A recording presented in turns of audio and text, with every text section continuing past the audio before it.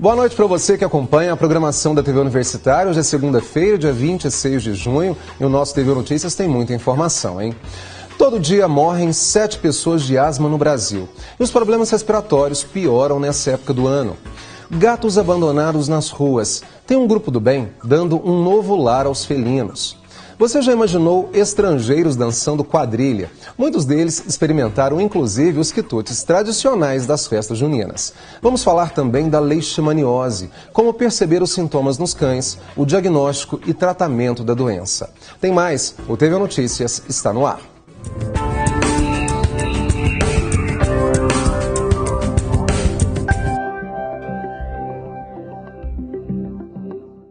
Segundo o Ministério da Saúde, por dia, aproximadamente 7 pessoas morrem de asma. No Brasil, mais de 6 milhões de pessoas têm a doença. Com a chegada do frio, os sintomas se agravam. E apesar da doença não ter cura, pode ser tratada. O inverno começou, período conhecido pela queda nas temperaturas e baixa umidade relativa do ar. Quem tem doenças respiratórias pode sentir os sintomas de forma mais intensa. A asma brônquica é um exemplo.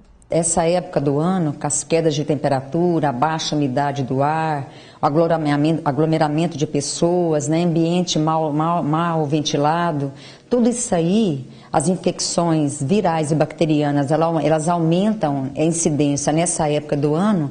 Então, todos esses fatores levam a desencadear, né, ao esperado, maior crise de asma nos pacientes, né? A asma é uma doença crônica. O problema de saúde surge com uma inflamação das pequenas vias aéreas. Pode ser de origem genética ou por fatores externos. Existe um componente genético e ela é desencadeada por uma série de gatilhos, que é a inalação de fungos, ácaros, né? Alguns produtos, alguns medicamentos podem desencadear. As condições climáticas nessa época do ano são desfavoráveis. Isso tudo culmina desencadeando as crises. Thaís é atleta da Universidade Federal de Uberlândia. Pratica várias modalidades. Por causa da asma, passou por alguns episódios difíceis durante competições. Ano passado eu fui em Mariana, num campeonato mineiro de judô. Eu estava na final, uma menina chegou a me imobilizar. E daí, como ela ficou em cima de mim, eu tentava respirar, não ia. Inclusive, eu desisti da luta, a gente bateu lá, né? E daí, meio que meu nariz sangrou. Eu tive que ficar 30 minutos, mais ou menos, num balão de oxigênio. Não foi muito agradável. Quando criança, Thaís conviveu muito com a tosse. Aos 12 anos, foi diagnosticada com asma. Começou a tratar com medicamento e, aos 18 anos, incluiu no dia a dia a conhecida bombinha. Usa a vermelha 2 vezes ao dia e a azul antes de praticar esporte e durante crises leves. Mais ou menos 12 anos, eu tinha muita tosse, eu cheguei a tomar vários antibióticos, porque a tosse não passava. Daí eu fui num médico especialista na minha cidade e ele começou a me passar um tratamento com um pozinho e disse que eu tenho bronquite asmática. A gente fez alguns exames de sopro e tudo mais. Daí me diagnosticou e começamos a tratar. Mas agora, mais frequentemente, desde os 18, eu venho tratando com bombinhas. Antigamente não era só com remédio, mas eu comecei a ter mais crise e daí está sendo pelas bombinhas agora. A pneumologista sanitária explica quais são os principais sintomas da doença. Os sintomas, eles são bem claros. A tosse, que pode ser seca, uma tosse úmida, o desconforto respiratório, né, a dispneia, que a gente chama, o chiado, a ansiedade. Esse desconforto, ele é muito visível para os pais no pequeno paciente, e o paciente já adulto já nota que as crises já estão recomeçando, né? A asma atinge aproximadamente 6 milhões de brasileiros. Segundo o Ministério da Saúde, por dia morrem em média 7 pessoas por causa da doença. A doença crônica não tem cura, mas tem tratamento. O tratamento é medicamentoso, existem medicamentos para tirar da crise e medicamentos para evitar as crises. E é fundamental, são os broncodilatadores que a gente usa e os anti-inflamatórios, no caso os corticoides inalados. Na verdade, eles são a melhor via de administração, não é por xarope, comprimido, é a via inalada. Pela particularidade de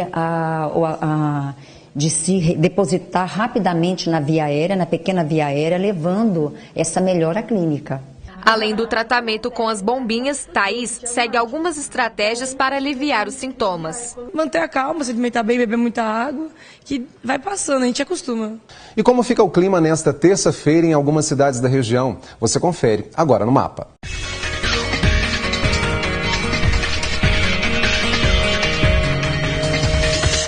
Em Uberlândia, sol com muitas nuvens durante o dia e períodos de céu nublado. Mínima prevista de 14 e máxima de 26 graus. Temperaturas amenas em Patrocínio. Sol durante todo o dia sem previsão de chuva. Mínima de 13 graus e máxima de 27. Em Nova Ponte, sol forte pela manhã e à tarde. A mínima prevista para segunda é de 15 e a máxima de 27 graus. Em Indianópolis, tempo nublado, mas nada de chuva. Mínima de 13 e máxima de 27 graus. Em Tupaciguara, a temperatura também varia entre 12 graus a mínima e a máxima pode chegar aos 29 graus. Amanhã tem o lançamento de um livro que conta as experiências vividas por uma professora da ESEBA, Escola de Educação Básica da UFO, em Mali, no continente africano. A repórter Gislene Rodrigues traz mais informações. Olá, Flávio, é isso mesmo. A obra A Pequena Limatá já tem o lançamento oficial com data marcada. Vai ser dia 27 de junho, a partir das 7 horas, na Casa da Cultura de Uberlândia. E aqui ao meu lado está a autora, que também é professora da Escola de Educação Básica da UFO, ESEBA, a Beloni Cacique Braga. Professora Beloni, conta pra gente como que surgiu esse projeto. Ele foi independente? Conta pra nós. Na verdade, o projeto da escrita do livro é independente, mas o projeto Mali ele começou em 2015 e já a terceira edição que eu vou ao país do Mali, na capital Bamako, onde a gente faz uma formação com professores. Então é ligado a uma ONG de Belo Horizonte chamada Together e a gente faz esse trabalho já com a intenção de formar o professor e a obra faz parte do projeto. E agora falando sobre a obra, o que narra essa história, de onde veio a inspiração? Então, a inspiração vem do convívio com os professores. A Limatá é uma professora do nosso grupo de formação e eu gostaria de contar um pouco da cultura local. Então, eu destaquei algumas pistas que eu chamo para dizer como funciona o Mali, né? E a obra foi feita pensando também no tecido, que é uma riqueza que eles têm. Então, todo o cenário da história se passa registrado através do tecido. E os desenhos não foram colorizados para que a criança que possa adquirir queira também participar da obra. A obra foi até mesmo traduzida? Verdade. Sim, a obra foi traduzida para o francês, porque agora em julho, dia 15, eu embarco novamente para o Mali e nós levaremos alguns exemplares, né, traduzidos para o francês, que é a língua oficial do país, para que os professores tenham acesso a essa história e essa cultura seja realmente compartilhada. Professora, como é possível participar desse evento de lançamento da obra? Então, o lançamento acontecerá na Casa de Cultura, todos são convidados às 19 horas e como é um trabalho totalmente independente, nós não temos uma editora, né? Então vocês podem me contactar, estaremos lá e vamos divulgar o processo, né, de lançamento e acesso a esse livro que pode ser realmente comercializado entre outras pessoas. Muito obrigada pelas informações e parabéns, professora Beloni. É com você, Flávio. Obrigado, Gislene, pelas informações. E depois do intervalo, gatos abandonados nas ruas. Tem um grupo do bem dando um novo lar aos felinos. E mais, vamos falar da leishmaniose, como perceber os sintomas nos cães, fazer o diagnóstico e tratamento da doença. O TV Notícias volta já.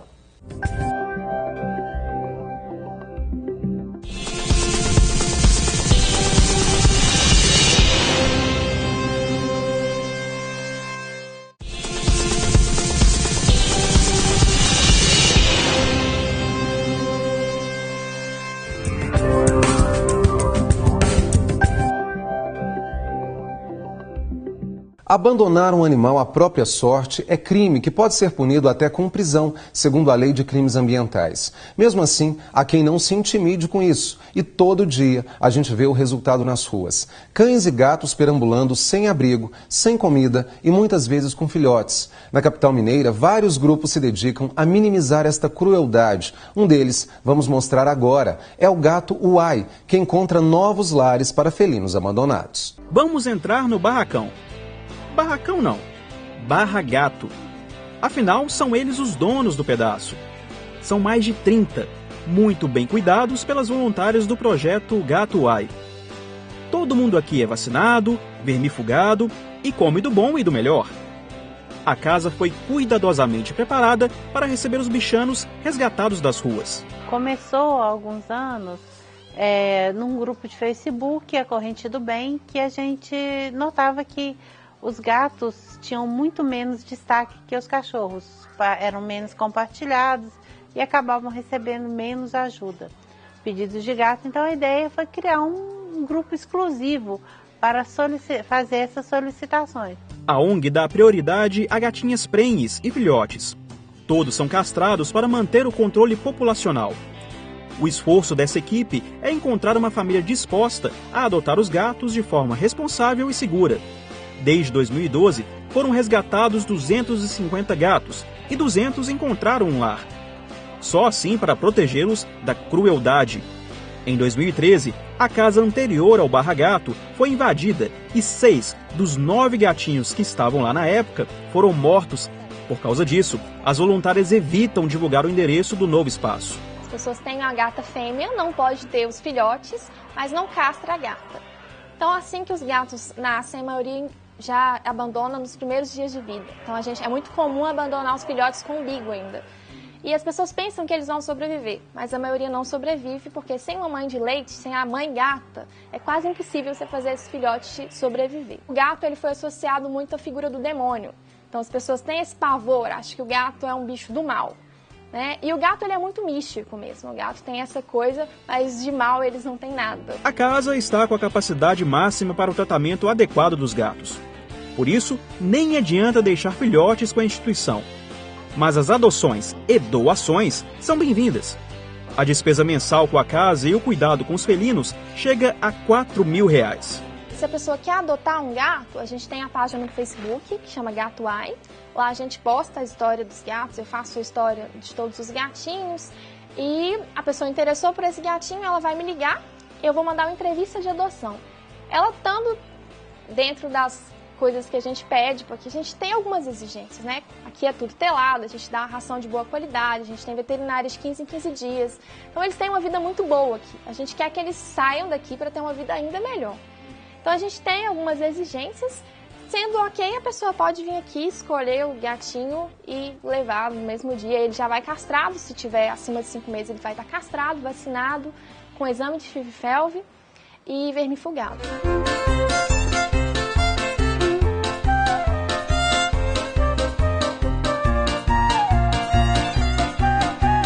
E agora nós vamos falar de saúde, da saúde dos animais, principalmente dos cães, sobre a leishmaniose. O que fazer quando receber o diagnóstico, confirmar de fato que esse animal está com a doença. Aqui comigo está o médico veterinário Daniel Peixoto. Daniel, muito obrigado pela presença aqui hoje. Quando a gente fala de leishmaniose, até pouco tempo tinha aquela ideia de que tinha que sacrificar o animal quando descoberta a doença. Hoje, como que a gente deve proceder ao perceber ou ao ter realmente o diagnóstico dessa doença? Muito obrigado pela presença. Eu que agradeço. Felizmente, hoje o tratamento da leishmaniose visceral canina é autorizado pelo Ministério.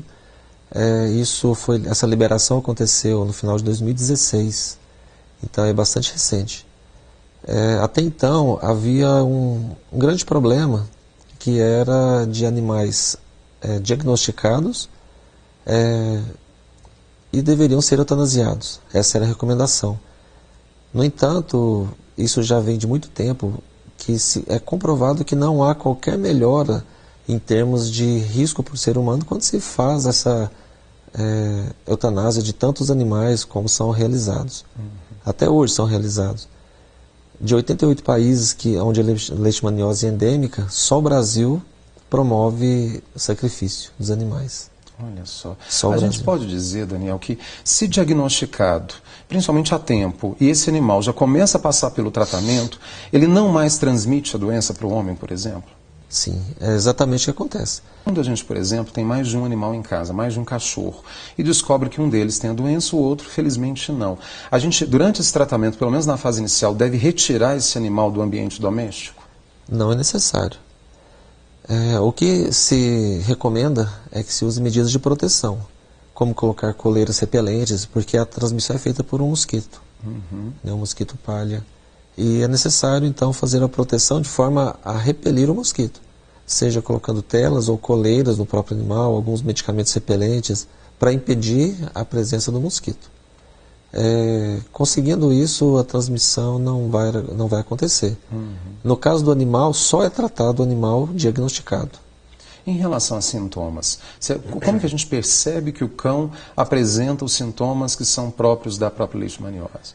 Existem duas leishmanioses, né? Existe a cutânea e a visceral. E existe uma variação de uma leishmaniose cutânea que passa a ser visceral. No caso da visceral, que é o grande problema hoje, os sintomas de perca de peso constante, começa a ter queda de pelo, as unhas começam a crescer muito, o animal começa a ter problemas com vômito, diarreia, né, ficar prostrado, ter sinais de febre. Então são sinais assim que deve-se ficar atento. Importante. Só para a gente fechar, percebeu esses sintomas, o ideal é procurar o mais rápido possível um veterinário. Com certeza. A grande maioria dos animais diagnosticados são assintomáticos. Eles não possuem qualquer sintoma. Então, nesse sentido, quando se apresenta sintomas, realmente tem que ser averiguado. Então é importante. Daniel, olha, muito obrigado pelos esclarecimentos. Espero contar com você mais vezes aqui no estúdio. Estou à disposição. A gente faz um rápido intervalo e volta já.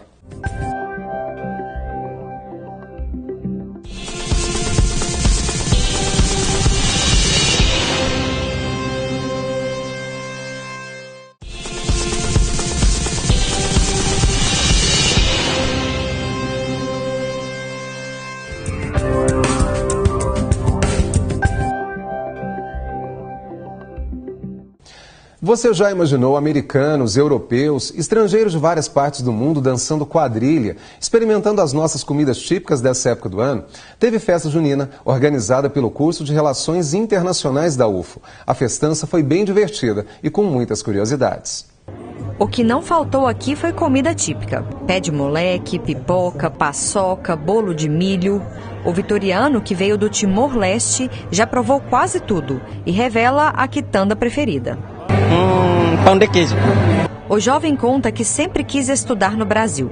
Ele está na UFO há 2 anos e nesse tempo conheceu uma das celebrações brasileiras mais tradicionais, a festa junina. Conheci a festa junina, já fui com os professores das letras e a DRI que organizou, deu a oportunidade, mandou no e-mail para participar junto com os professores das letras que eles deram a curso de língua portuguesa e conheci as comidas típicas do Brasil, principalmente a Uberlândia. Indira está quase terminando o curso de medicina. Ela é de Guiné-Bissau e há 7 anos está na UFO, onde começou estudando odontologia. A formatura está bem próxima, em agosto. Ela está com saudade de casa, diz que vai voltar. Mas, por enquanto, a preocupação mesmo é provar de tudo um pouco das delícias do arraial e ainda esquentar o corpo na dança. Eu vim com perspectiva de dançar quadrilha de novo, que eu adoro, é divertido, a roupa e pamonha, mas parece que não tem pamonha, mas mesmo assim eu vim animado para dançar quadrilha. Se para quem estuda na cidade de origem, às vezes já é muita informação, imagina quem vem de fora, de outra cidade, de outro estado ou país. Foi pensando assim que a Diretoria de Relações Internacionais e Interinstitucionais da Universidade organizou esse arraial para quem está em mobilidade na UFO, seja nacional ou internacional. Nesse semestre, são 60 alunos estrangeiros de diversos continentes estudando na universidade, e esse número é variável. Nós precisamos estimulá-los a se integrar cada vez mais. Nós queremos que eles se sintam pertencendo a esse nosso espaço. Porque não adianta você trazer um estrangeiro para cá apenas para ficar em laboratório, em biblioteca. É importante, até porque o conhecimento se produz e se constrói por meio das relações humanas. Então é muito importante que a gente crie esses espaços para a identidade cultural, para trocas culturais. A ideia no futuro é ampliar esse evento e fazer a semana de internacionalização da UFO, com atividades de gastronomia, culinária, vestuário de cada país. Alex ensina inglês na UFO desde fevereiro deste ano. O jovem veio da Califórnia, nos Estados Unidos, e isso tudo aqui é novidade para ele. I just found out Festa Junina this month. E ele já domina bem a língua portuguesa, principalmente quando o assunto é comida. Pão de queijo, açaí, pamonha. Sou vegetariano, mas if it doesn't have meat, I like very much.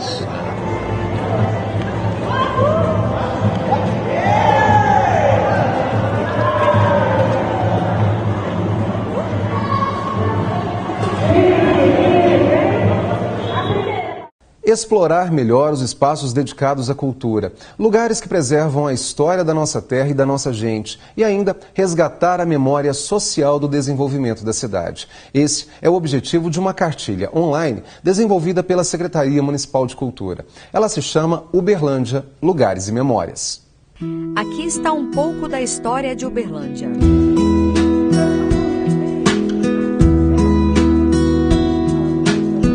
A árvore sibipiruna foi plantada por um comerciante em 1918 para oferecer sombra à casa dele e ao estabelecimento comercial.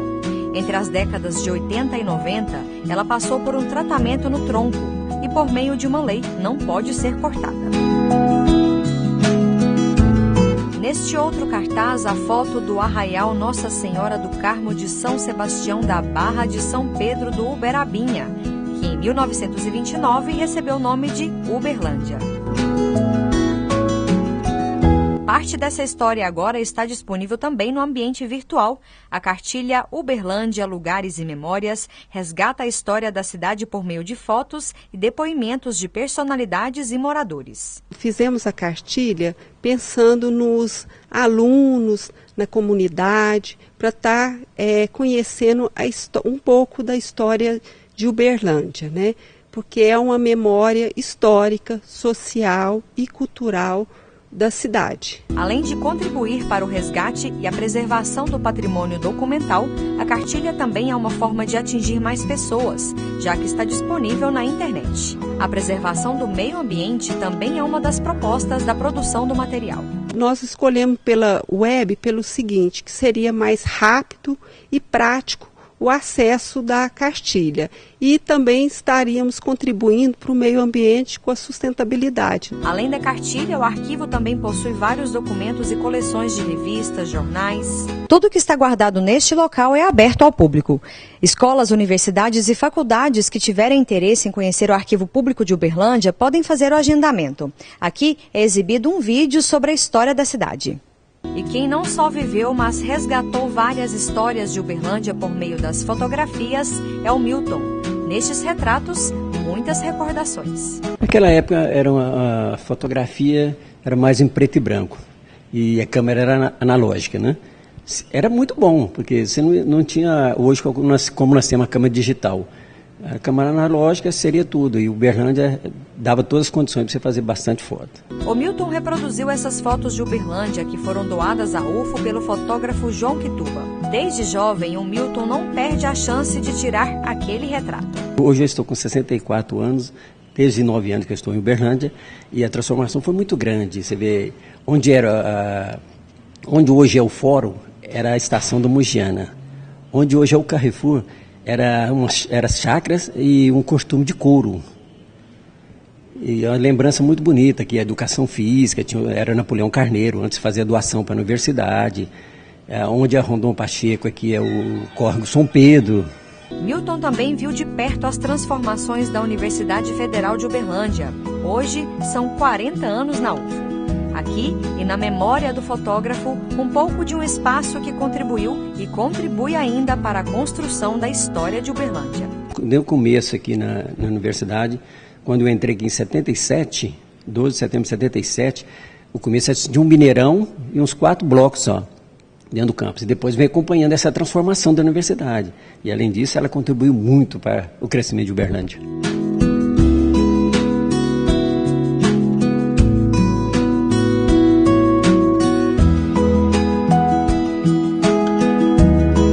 Quem quiser agendar uma visita ao Arquivo Público de Uberlândia, pode entrar em contato pelo telefone 3232-4744. A cartilha está disponível na internet no portal da Prefeitura, que é o www.uberlandia.mg.gov.br. O TV Notícias desta segunda fica por aqui. Mais uma vez, uma excelente semana para você. A gente volta a se encontrar amanhã. As notícias do Estado você vê a seguir no Jornal Minas, segunda edição.